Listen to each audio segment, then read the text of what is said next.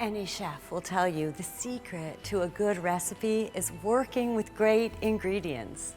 Greece's chefs are surrounded with a plentiful variety of amazing local products that fuel their creativity. Emerging and internationally renowned Greek chefs combine exquisite local ingredients from every corner of Greece, creating for us some of the finest and most creative recipes. Join us on a Greek food adventure, The Creative Path.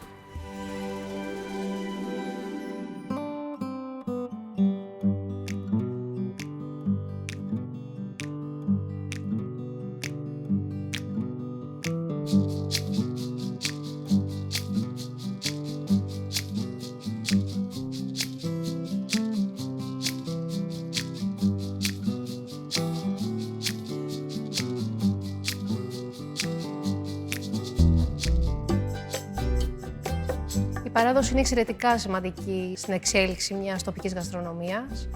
Είναι σημαντική γιατί είναι μια πάρα πολύ γερή βάση, κουβαλάει πάρα πολύ τρυφερότητα, κουβαλάει πόνο, κουβαλάει τις συνθήκες ζωής ενός τόπου.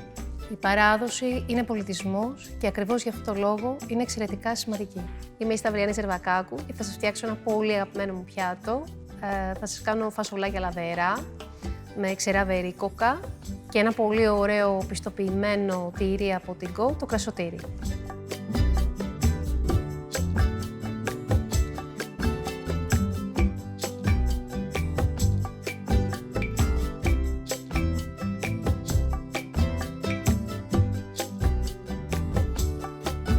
Ξεκινάμε με το να ρίξουμε το κρεμμύδι στην κατσαρόλα και να το αφήσουμε λίγο να χάσει τα υγρά του, αφού το αλατίσουμε πρώτα.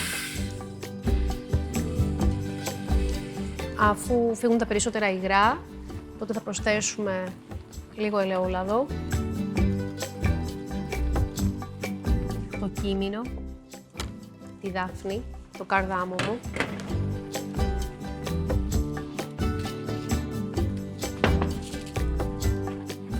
και τα φασολάκια. Σε αυτήν την περίπτωση λαδερού δεν ανακατεύουμε. Θα χρησιμοποιήσουμε την τεχνική που κάνουν οι Ρωμιοί της πόλης, που βάζουν όλα τα υλικά όταν μαγειρεύουν ένα λαδερό σε στρώσεις και θα το αφήσουμε σε απόλυτη ηρεμία με μια λαδόκολλα επάνω να μελώσει, να μείνει δηλαδή με το λαδάκι του.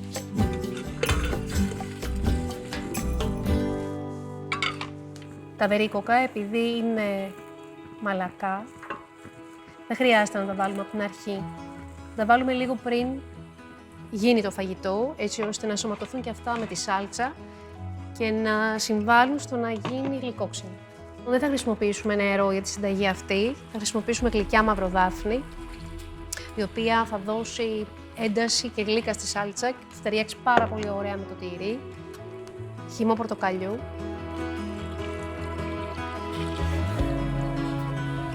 Θα προσθέσουμε και λίγη τριμμένη ντομάτα. Πριν σκεπάσουμε το φαγητό με λαδόκολλα, θα προσθέσουμε λίγο ακόμα ελαιόλαδο. Είναι λαδερό εξάλλου και θέλουμε ελαιόλαδο. Θέλουμε να μείνει με το λάδι του και με τους απαραίτητους χυμούς για να είναι πάρα πολύ ωραία η βουτιά που θα κάνουμε με το ψωμί στο τέλος. Αλατίζω λίγο ακόμα, λίγο πιπέρι ακόμα και δίνω στο φαγητό το χρόνο του για να μελώσει.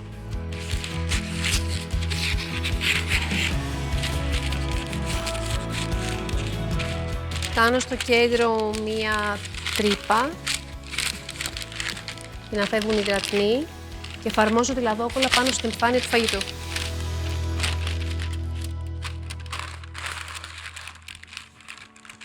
Μέτρια προς χαμηλή φωτιά και το αφήνω τουλάχιστον 50 λεπτά για να μαγειρευτεί.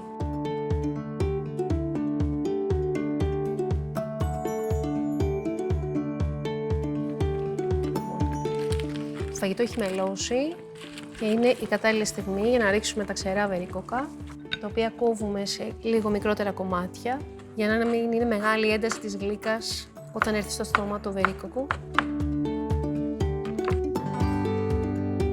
Αφήνουμε για το τέλος το κρασοτήρι από την Go. Παρασκευάζεται από εγωπρόβιο γάλα. Είναι ελαφρώς όξινο, αλλά είναι πολύ φίνο με μία ελαφρώς κρεμό βυθή. Το τυρί αυτό όσο περισσότερο οριμάζει στις συνολάσπες, τόσο πιο σκούρο γίνεται το χρώμα του και τόσο πιο έντονη γίνεται και η γεύση του.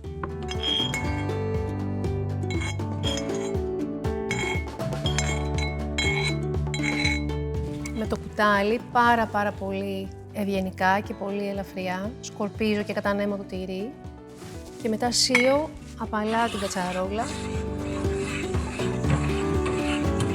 Και στο σημείο αυτό θα ρίξω και τις φρέσκες μυρωδιές για να εκχυλιστεί το άρωμά τους και να αποκτήσει το φαγητό ακόμα πιο αρωματική διάσταση. Έτοιμο. Σερβίρουμε το πιάτο.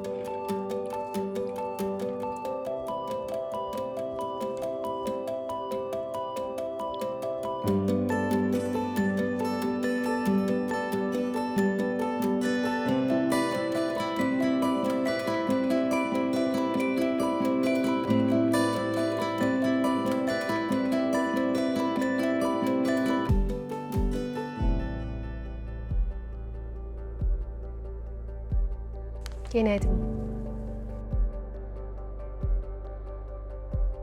Με το κρασωτήρι από την Κο ταιριάζει πολύ με ένα ροζέ από την Ικάρια.